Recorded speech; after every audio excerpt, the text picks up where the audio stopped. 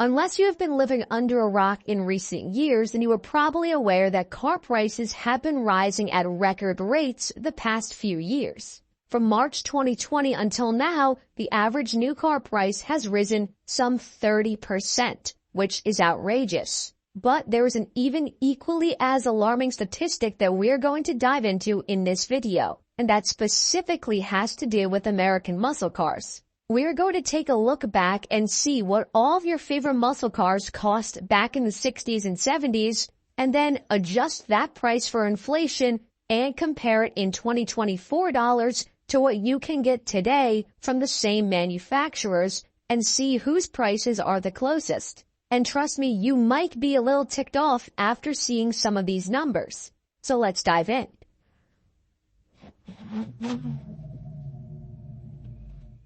Starting with Ford, the obvious first choice has to be the Mustang, as the car is still in production to this day. Beginning in 1965, the Ford Mustang was available at a base price of $2,320 for a 6-cylinder manual coupe with absolutely no options. Adjusted for 2024 dollars, this means that this car costs the equivalent of $23,353 in today's money if you were to have bought it new. Now that sounds like a good deal, but when we compare it to the cheapest EcoBoost Mustang on sale today, you would see that that car costs $31,920, which is a difference of $8,567 in buying power needed to purchase a base model Mustang today compared to 1965, which means that all the new technology, safety equipment, and other stuff makes the new Mustangs 30% more expensive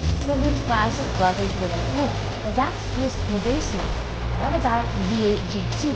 Well, a base model 225 horsepower, 289 powered fastback with a 4-speed and disc brakes would have cost you $3,000 in 1965, or just shy of $30,000 in today's money adjusted.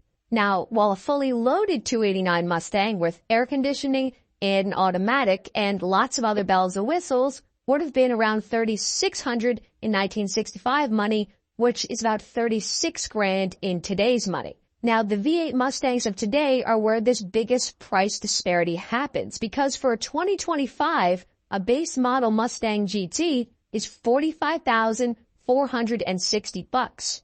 That means for a base GT with no options at all, you would need effectively 50% more buying power today than you did back in 1965 to afford a new V8 Mustang. In fact, if you take a 2025 Mustang GT and its list price and convert it back into 1965 dollars, it would be $4,500, or the same price of a GT 350 at the time.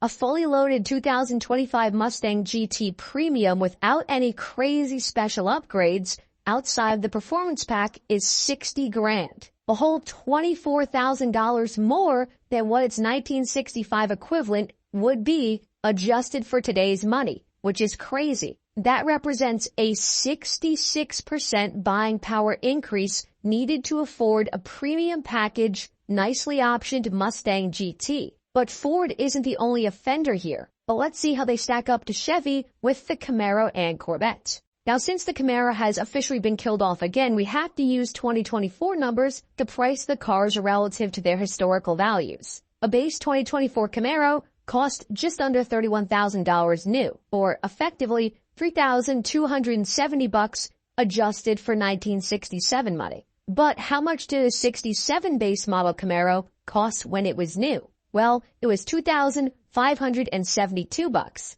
which is equivalent to about $24,000 today. This means that 27% more buying power was required to buy a new base model Camaro today than it would have been back then, which is slightly better than the Mustang, albeit not by much. An SS350 Camaro would have cost you about $3,000 in 1967, which is around $30,000 in today's money. The most comparable modern Camaro to an SS350 would have been the 2024 Camaro with the 1SS package equipped, which cost $44,000 in today's money, or $4,600 in 1967 money adjusted. Now, these are very similar numbers to the Mustang GT in terms of buying power increase required to afford a new base SS Camaro. About 50% more buying power is required today to get behind the wheel of a performance SS Camaro. And a well-equipped 2024 Camaro 2 SS would hit the high $50,000 to low $60,000 range today, just like the Mustang, which puts these two cars nearly in a statistical dead heat for the increased buying power required to get one.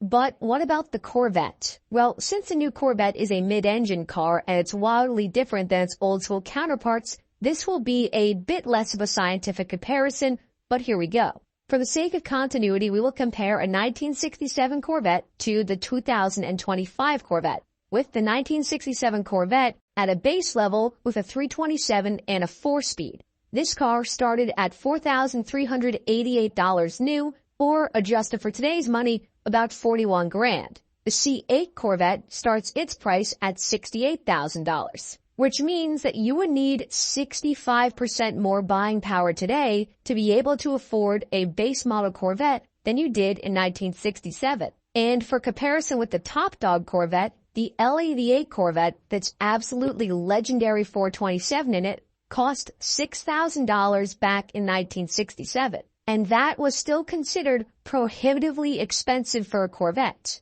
Well, $6,000 in 1967 is the equivalent of about $57,000 today, which is still less than the base model C8 Corvette. With the new Z06 Corvette starting at $110,000, that means you would need nearly double the buying power now to purchase the top dog Corvette, which is absolutely crazy. And that doesn't even factor in the new Corvette ZR1 for the C8, which is way more expensive than the Z06. Clearly, all that performance and new tech that the Corvette offers certainly comes at a premium.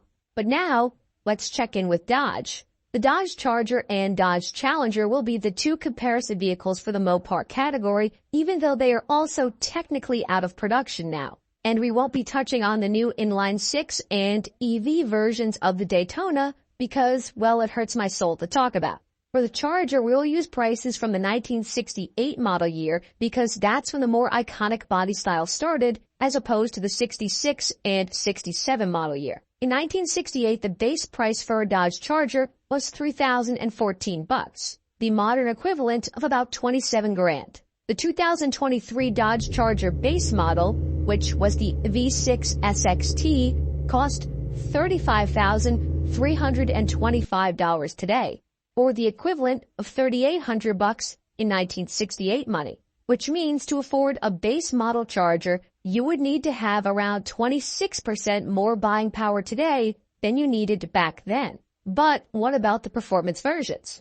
Well, a 444-speed 1968 Charger RT started at around $4,000, which adjusted for today's money is about $36,000. This would roughly be the equivalent trim-wise to a Charger Scat Pack with the 485-horse Hemi, which started at about $52,000 today. Adjusted for 1968, that would be about $5,752. So you would need about 42% more buying power to afford a high-performance Charger.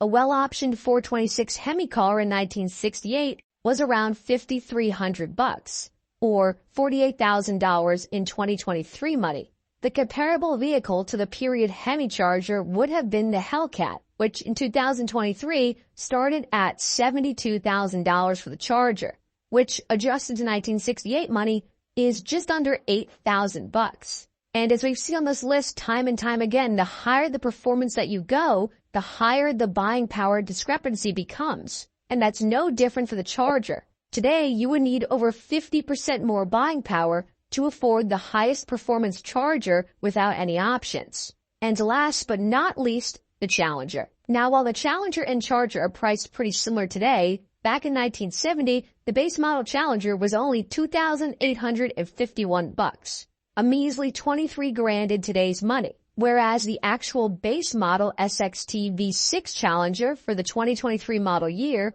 retailed at $33,000, which means it was the equivalent of $4,000 in 1970 money, representing a 40% buying power discrepancy, which is the second largest from any base model car we covered in this video behind the Corvette. A decently optioned RT Challenger in 1970 would run you near $4,200 then, or $34,000 today adjusted. We will use again a contemporary Scat Pack, in this case a Challenger, as the equal comparison vehicle for this. And that started off at $48,625, which adjusts to $6,000 in 1970 money, which, if you do the math, represents around a 42% increase in required buying power to buy a brand new high-performance Challenger. A 426 Hemi Challenger in 1970 would have set you back $5,200 with a bunch of options, the equivalent of $42,000 today, whereas a base model Hellcat in reality was $71,000 new for 2023, which means that you would have needed $8,766 in 1970 essentially to have afforded the top dog Challenger if it were priced as it is now, which is a 60% higher required buying power. As you can see from the cars I went through on the list, the reason that it feels like you can't afford a new muscle car like you could years ago is because, well, you can't. The buying power required to get the modern equivalents of these cars new on the low end was 26% higher. But in actuality, to get the cars that we all want, i.e. the performance versions, we need to be making the equivalent of probably 50% more money in most cases to be able to afford a similar trim level nowadays. Now, yes, there is a lot more technology and safety features included in the new cars, and they handle better and have nicer interiors. These are all valid points, and I'm not discounting them. We should be paying more for all that extra stuff. But that doesn't change the fact that it is mathematically harder now to afford your dream muscle car than it was back in the 60s. And let me know in the comments down below your thoughts on this breakdown. Did it surprise you, or was this about what you expected?